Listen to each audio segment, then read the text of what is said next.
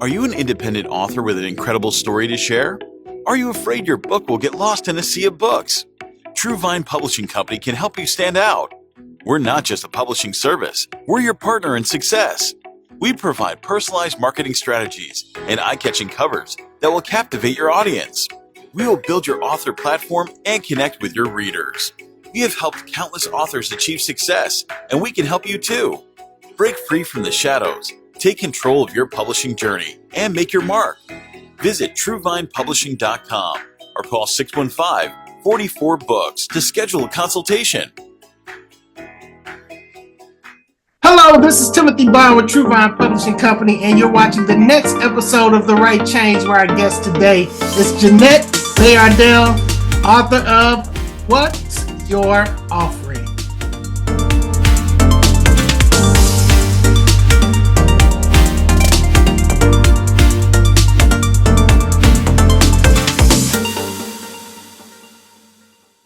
Hello, Jeannette. How are you? I'm doing good. How are you? Thank you for having me. I'm honored to be here. Thank you for being on the show, and most of all, thank you for entrusting me with your vision and with your book. And it has been a true honor to be a part of this. Yes. Thank you again. Amazing. People are loving it. Awesome. And I'm excited to talk about it because you have done so much. You know, there's some people in this world, and excuse me, I don't mean to make you blush, but there are some people in this world who seem to have the Midas touch. Everything they touch turns to gold. I don't know if it's just hard work or if it's just everything you touch turns to gold. You're one of those people to me, right? Just looking at your history, your resume, the things that you've accomplished, it's amazing. And I'm excited to be connected with someone so amazing. So we're going to get into it. First, I want to do is just open up the door and let you, for those who don't know, but let you tell the audience a little bit about who you are. Who is Jeannette Bayardelle? My goodness, I am Jeannette Bayardelle, born and raised in the Bronx. I don't live in the Bronx anymore. I'm still in New York. I'm more upstate New York now. Mm-hmm. I was born to Haitian immigrant parents, Dr. John Bayardelle and Claudie Bayardelle. I have 3 sisters, a younger brother, and I came from a family where academia was, put on a pedestal. Okay. So my sister's a doctor, my dad's a doctor, my sister's a nurse practitioner, another one is a nurse. And for me, I always loved the arts. I went to high school of performing arts in Manhattan, LaGuardia, the Fame School. And it was there that I was like, you know what, I got introduced into musical theater, and I was like, you know what, I think I want to do this musical theater thing. However, I definitely need a backup plan. Mm-hmm. So high school, I went to Hunter College in Manhattan, and I was a health science major. So I did my bachelor's in health science, major in medical laboratory science. And I was like, okay, if this music thing, I was also like signed to a record deal and all that stuff. And I was like, if this music thing or musical theater thing does not work out for me, then I'm going to medical school, because I come from a family where you become a lawyer, a doctor, or a nurse. Yeah. So, I graduated from college, and I auditioned. I was auditioning in college actually, and I was doing like plays here and there throughout college and like touring with my music. But then I would always come back to school. And so when I finally finished and I started working full time at Unilever Best Foods in the science department, it was there that I auditioned for a cruise ship. And I booked the cruise ship as one of the performers in their cast. And I did that for 6 months, and I never looked back. And I just continued to book, and I got Rent. And then I got Big River, and then I landed The Color Purple on Broadway, which was my first musical that I had done. And I started as a swing. And a swing means that I only went on stage when someone was sick, right? Oh, really? Okay. So I was the understudy. Okay. And I went from understudy to being the lead, because when the lead left, LaShawne's, I replaced her on Broadway as the lead. So it's not very common that the understudy becomes the lead. So I became then I did it on Broadway, then I did the tour. And then, I did another Broadway show after that, which led me to doing a Broadway show, Girl from the North Country, where I was nominated for my Tony for. Okay. Which was amazing. And then I'm currently in & Juliet on Broadway. I'm actually here at the theater. We just got done doing the show. So I've done a lot of Broadway shows. I've also written a lot of Broadway shows. And, really? Yeah, I wrote a musical called Sheeta, which has toured the United States, and it was recently in London. And we won an Offie Award I won an Offie Award for Best Female in a Musical, Best Leading Actress in a Musical. So do you perform in it, or you? I was in that one. Yes, I was in it. And I wrote the book, the music, and it was directed by Andy Samberg. And I just recently finished writing the Winnie Mandela musical. So I'm excited about that. And I've done so many different things, from producing web series. We talked about musicals, writing music. I have a platform called Broadway to Wall Street. It's a learning platform where we have like introduction to the stock market course, where I use music and storytelling to teach the stock market. And I also have a mentorship program, and which leads to the book, What's Your Offering? And that's kind of what I teach my mentees, to always have something to offer in any room that you walk into. And so that's what led to me writing the book. I've always been entrepreneurial and creating things and creating situations and platforms for myself, because I know what I had to offer. And sometimes what you have to offer is just, there's no one that has a platform for you to present it. So my motto is always like, listen, if it's not there and I could do it, then create it. So I've always been a creator, and I'm also a finisher. So when you say that everything I touch it seems like it's gold, it's true, but it's not true, because one thing I do is I make sure that I commit and I finish. But when you commit and finish to a number of things, statistically, something's right. So that's the story, and that's who I am. How do you get any sleep? Because that sounds like a lot, and it's different when you have a lot in one direction, right? So like for me, publishing is a lot, but everything is in the lane of publishing. You got the mentorship, stock market. I really want to find out how you connected stock market and music, and this is just amazing. How do you do it all? Listen, one thing, I do have a gift at multitasking. I will say that. Okay. But I am a creator by nature, and I talk about that in the book. It's a guided journal, by the way. And I talk about just being able to, if you say la la, I can make something into la la. You know what I mean? I could turn la la into something that I could like monetize. Even though I can sing and I can act and I can dance, I do a lot of dancing in & Juliet here on Broadway, which is a good show. If you're in New York, come see it. But absolutely, I can do those things. But what I do best is create. And it's a gift that I realize that to be able to create is a gift. So I have been able to just create something out of anything. And I love to create. And like I say, it's one thing to create. It's another thing to finish. So I could think of an idea that's a good idea, but I don't just keep that idea in my head. I actually activate it and make it a reality. So you talk about in the book, identifying your unique gifts, right? And so, yep. And that's something I strongly believe as well, like identifying your gifts. I think that when people think about gifts, though, they attribute it to like you. Oh, you can sing. Yes. You can dance. You can play the piano or instruments. You're athletic, right? We see gifts as all of these different things, but I like the fact that you say your gift is creating, right? Like, we don't see certain things as gifts, but they are gifts. They are. And it's always good to have a mentor in your life, because a lot of times your mentor can see your blind spots. Mm-hmm. That you're just like, what? And you, as you spend time with your mentor and they just listen to you, they're like, you're really good at such and such. And you're like, oh no, I'm a physician, because I have mentees that are psychotherapists. I'm just a physician, and this is what. No. But you're a physician, but this is another thing that you have that you're not tapping into. You know what I mean? Sometimes we get comfortable and lazy because we kind of define our gifts as maybe a talent or what our jobs are. And so a lot of times there's so much more in you. And I like to help people tap into that. I love the book title. We often think about what can I get?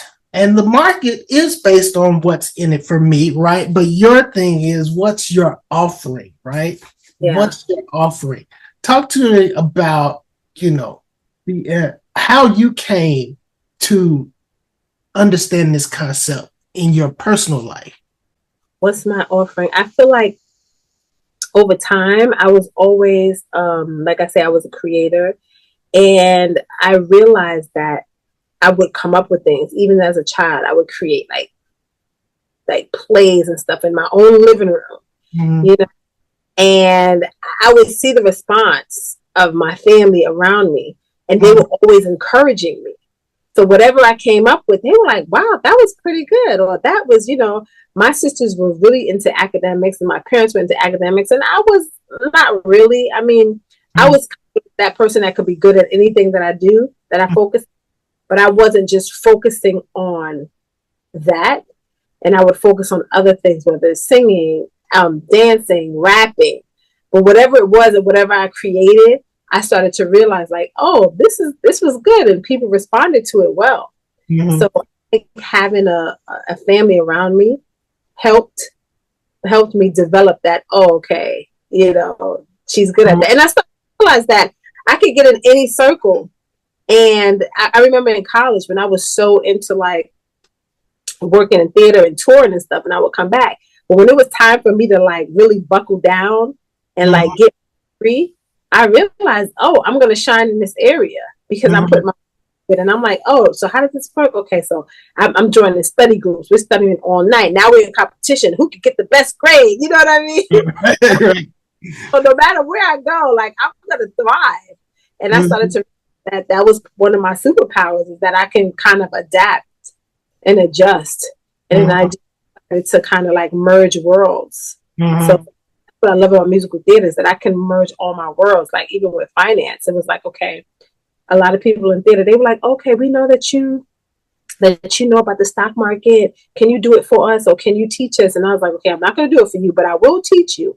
And then I like, well, what is an easy way for me to teach? And I'm like, hey, I'm a creator. I'm a songwriter. I'm an actress. I have these elaborate thoughts of how I can communicate something that seems really hard. And I was, okay, well, let me merge what I have, my industry, into teaching another industry. And that's what I did. I wrote songs. I had animation, and I would tell stories, and people who have taken the course, they're like, wow, you really demystified the stock market. Something that I thought was so complicated, just I simplified it. When I looked you up, the first thing I found was like, you were on a talk show, I believe. Oh, I think it was was it Jennifer Hudson? No, not Jennifer Hudson. It was Sherry Shepherd. Sherry Shepherd. Yeah, I'm like, is this the right person? I thought she did music. I was like, wow, she's done everything. That is amazing. So you just on your own in your personal life, you were just in the stock market. How did you move into? I was when I first started investing in the stock market, it was John Rogers, who is the CEO and founder of Ariel Mutual Fund. Their headquarters is in Chicago. He was one of the lead producers of The Color Purple. Okay. In Chicago, he had the cast come to the headquarters, and they talked to us about stocks and mutual funds and investing. And that's when I made my first investment. And I remember that investment was very profitable, and I used that money to initially start Sheeta, my musical. And so I was like saying like, wow, I like the stock market. You put money in and it grows and it, and then I met years later, I met a guy. I wanted to get into real estate. And he was like, okay, I'm in real estate. Have you ever also thought about trading? And I was like, trading? Well, what is that? And then he started to teach me. And at that time, I was like, oh, I don't know. It just sounds so complicated. And then, but it opened up, it gave me the taste for it. You know what I mean? I was like, okay, well, what is this? And then I finally met other people along the way, and I started joining like financial groups and masterminds. And I started to really learn it. And I would eat, sleep, drink, like the market.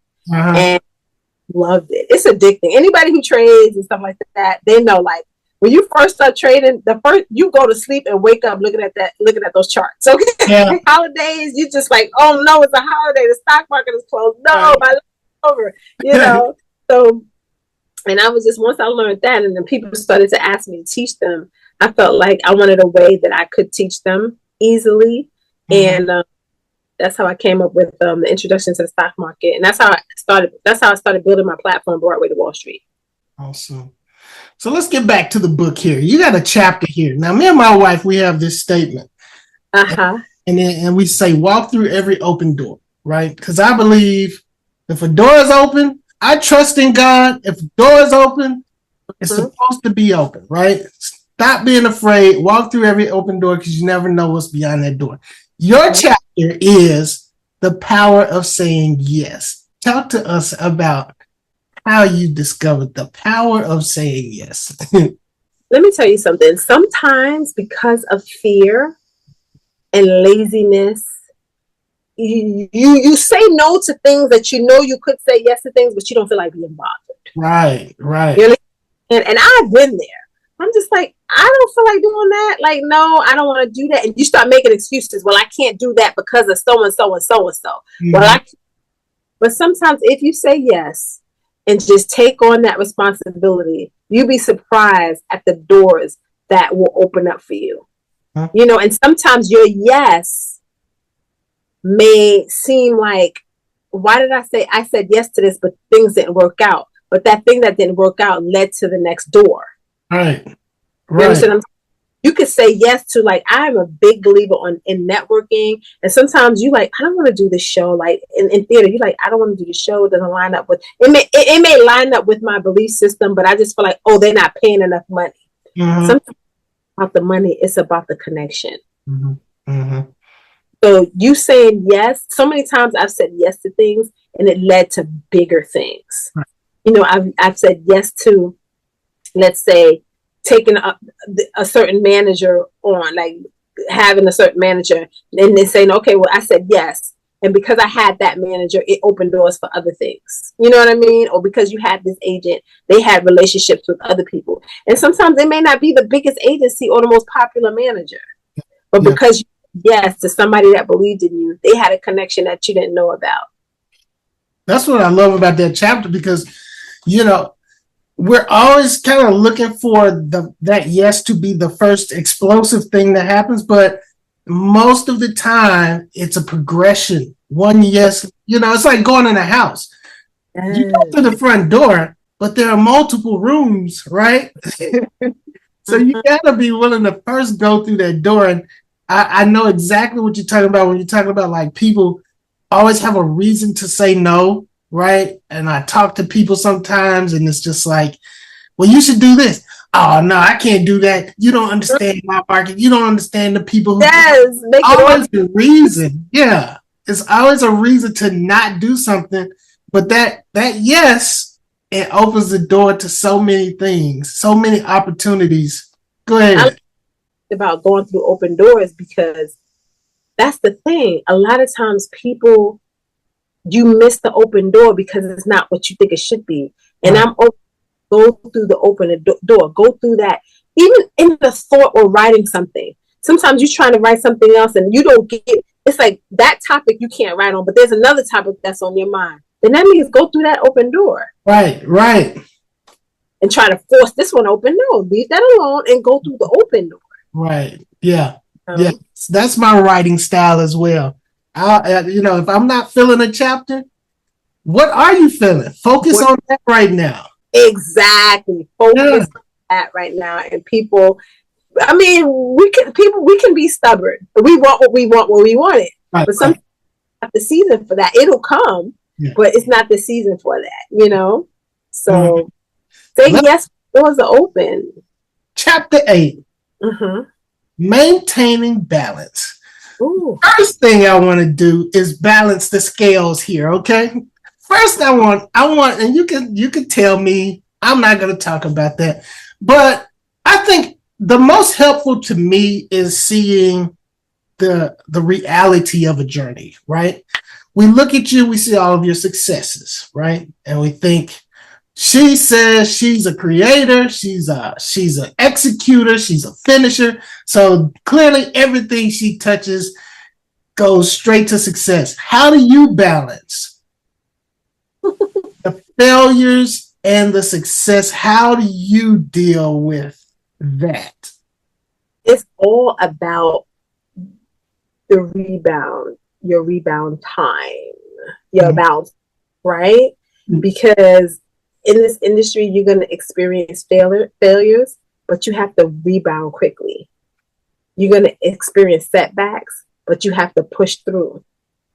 So because I said I'm all about finishing, it's important for me to sometimes just get grounded and get the job done. Mm-hmm. And if I am disappointed in any way, I'm going to feel all the feels that go with disappointment. You know what I mean? But I'm going to bounce back quick. I'm forcing myself to not sit in that disappointment, not sit in that no, and keep it pushing. So, and also having a really good mentor. My mentor is Dr. Cindy Trim, who's an amazing author, psychotherapist, speaker. And I remember when I wrote my first music with Sheeta, she was like, "This is amazing." She came to my house and I gave her a little preview and she was like, "This is amazing. What's next?" And I was like, right. Wait, I just created here? What do you mean, what's next? This is what I'm thinking. I wouldn't tell that. But she's like, "Yeah, what's next? Like, what's your follow-up?" Like, wait, I'm still in this. I'm still trying to, but she made me understand, baby, you gotta, wow. You can't, in this one victory, it's a great accomplishment, but what's your follow-up? Wow. So I even learned in my career, like, for example, I'm hearing in Juliet, and I was talking to you about this book. You know what I mean? Right. I know my lines. I'm coming to work every day. I'm giving you the fiercest performance you will ever get. Mm-hmm. But I can't just focus on that. Yeah. Because this is going to fade away. Yeah. So I learned to, once I get into something and it's like, I'm at a good place where I know my lines or like I have the book, like we're moving on to the next thing, if that makes sense. Right. You know, I have a lot of different things going on and you have to be able to manage it. And like I said, I'm a queen at multitasking, but I don't like to just sit in one thing once it's already successful or it's at the place where now I can move on to something else. I tend to be actively doing many different things and not just, of course, we all need vacations and a break.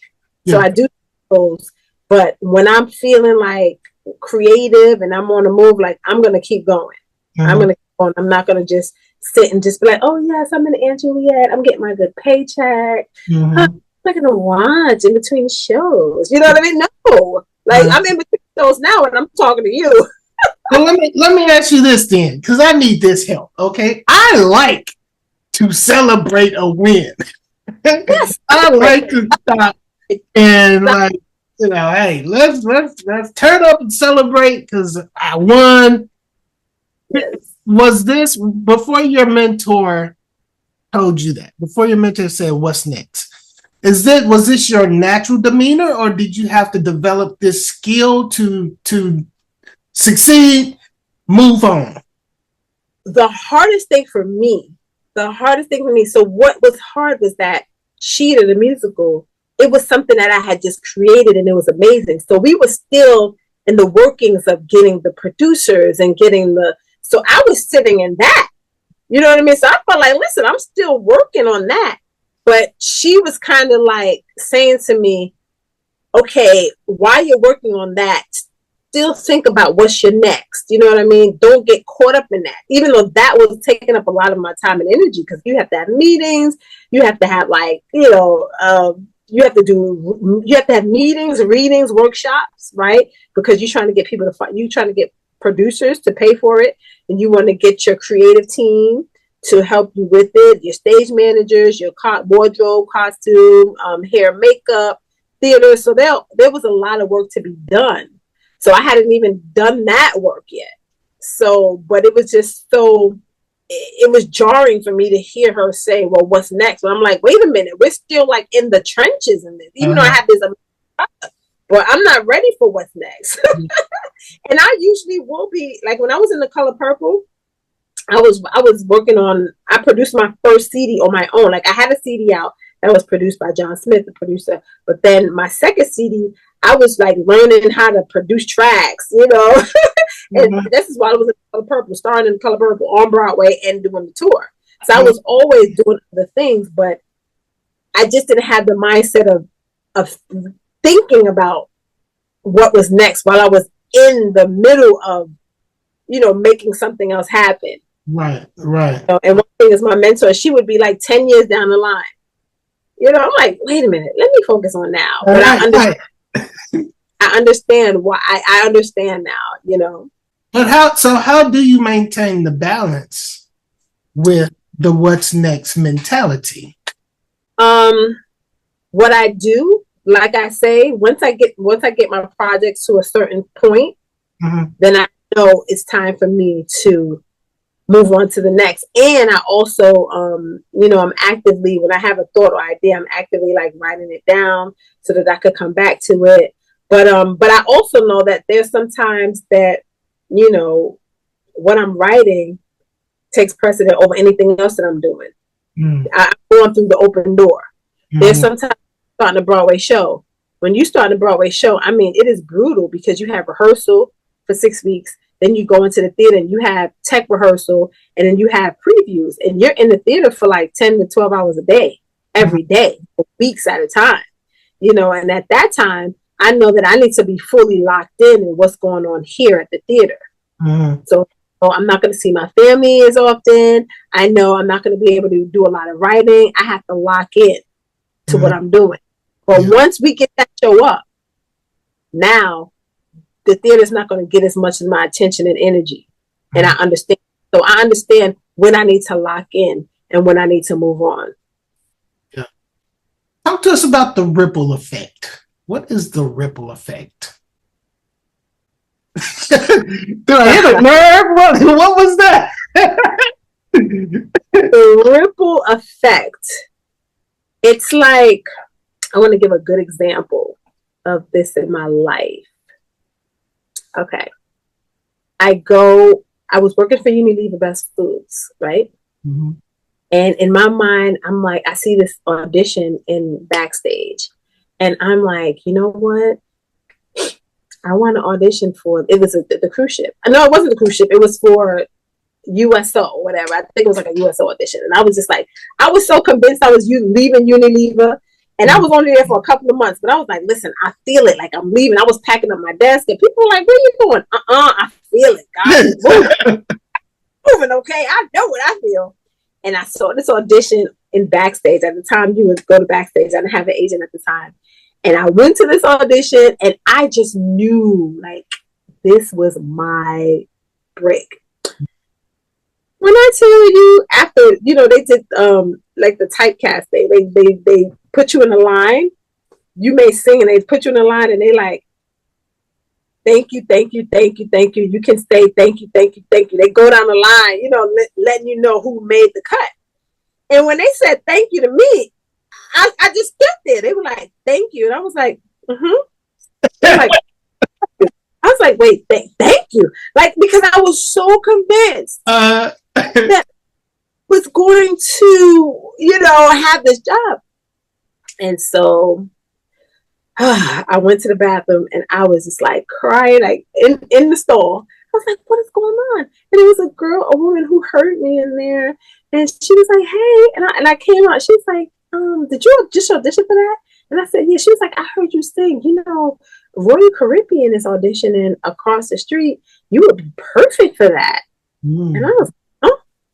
She was like, yeah, you would be amazing. You should go and audition, right? So I dried up my little tears. I went across the street and I auditioned. And when I got there, they said, can you start next week? Okay. And I knew in my spirit went on.